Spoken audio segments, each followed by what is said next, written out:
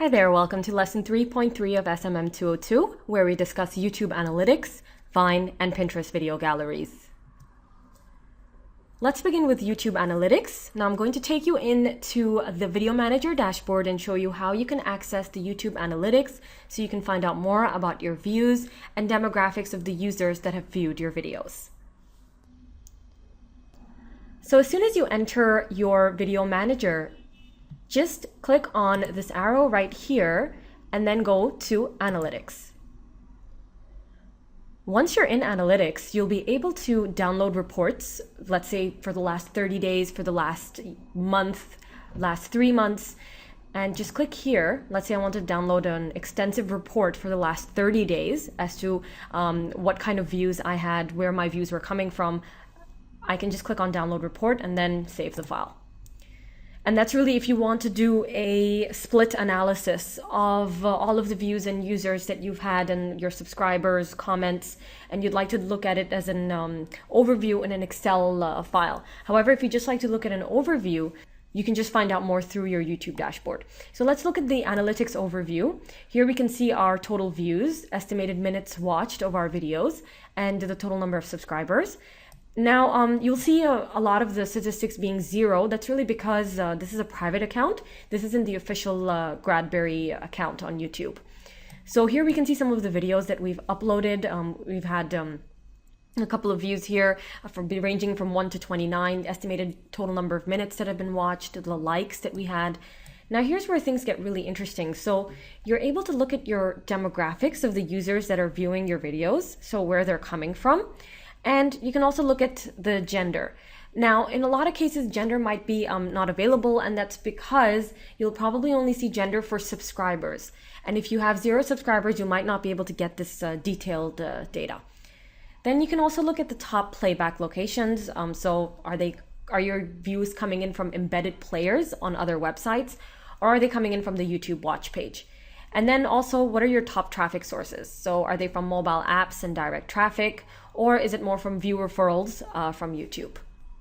So that was an overview. Now, for each of these statistics that we've discussed, you can then go in and look at a more detailed analysis of each of these. So here we can look at some of our views. What were some of the videos that had the top number of views?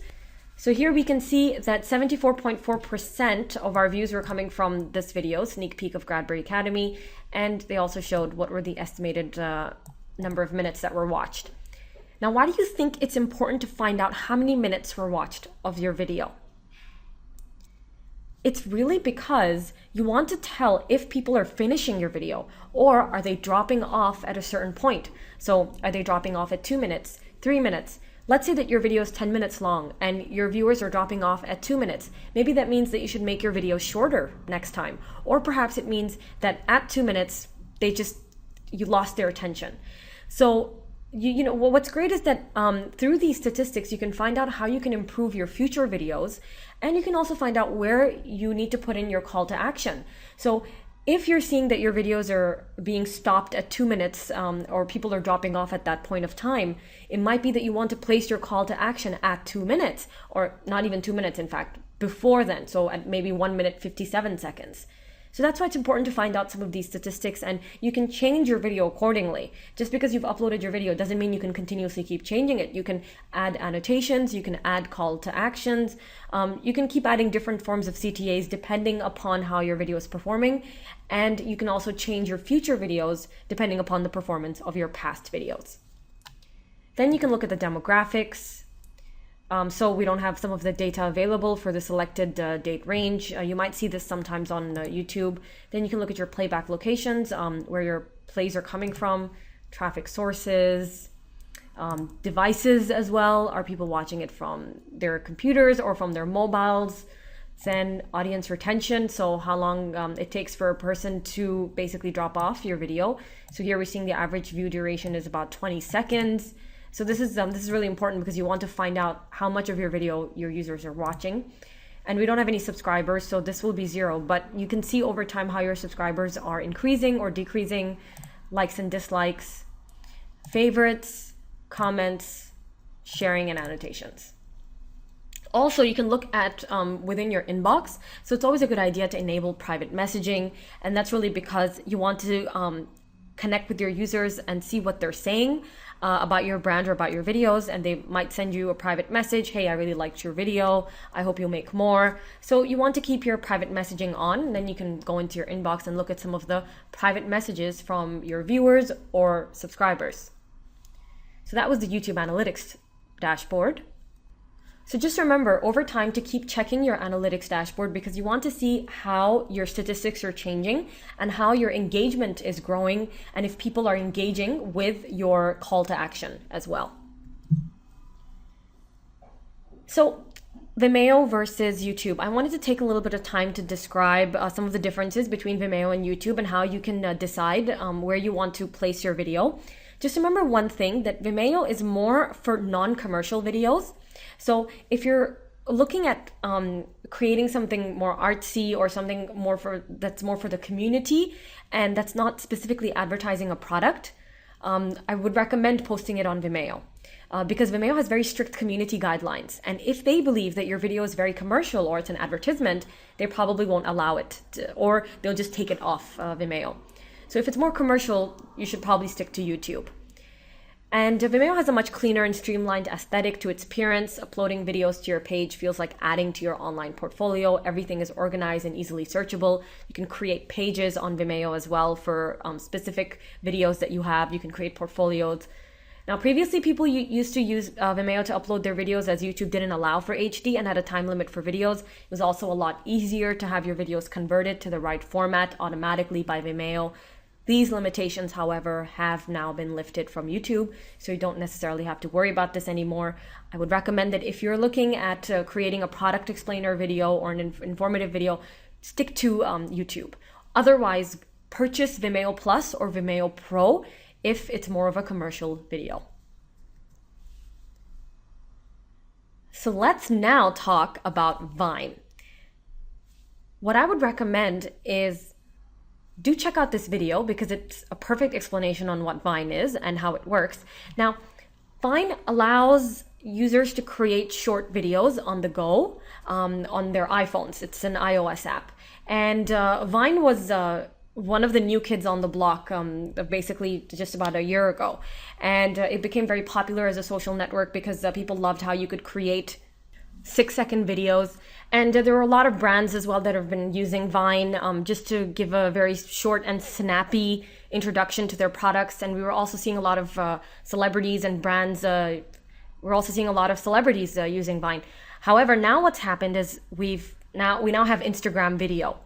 And Instagram video actually allows your videos to be even longer, which is around 15 seconds.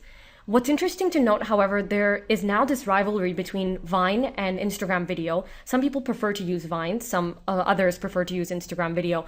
However, what I would like to recommend, especially if you're running social media campaigns for a brand or product, do start using Vine and Instagram video because short videos are really snappy and quick and users love them. I mean, we're seeing a lot of Facebook pages coming up for best Vines and they have over 1.5 million views because a lot of people are sharing them since they're short, they're quick, they're fun.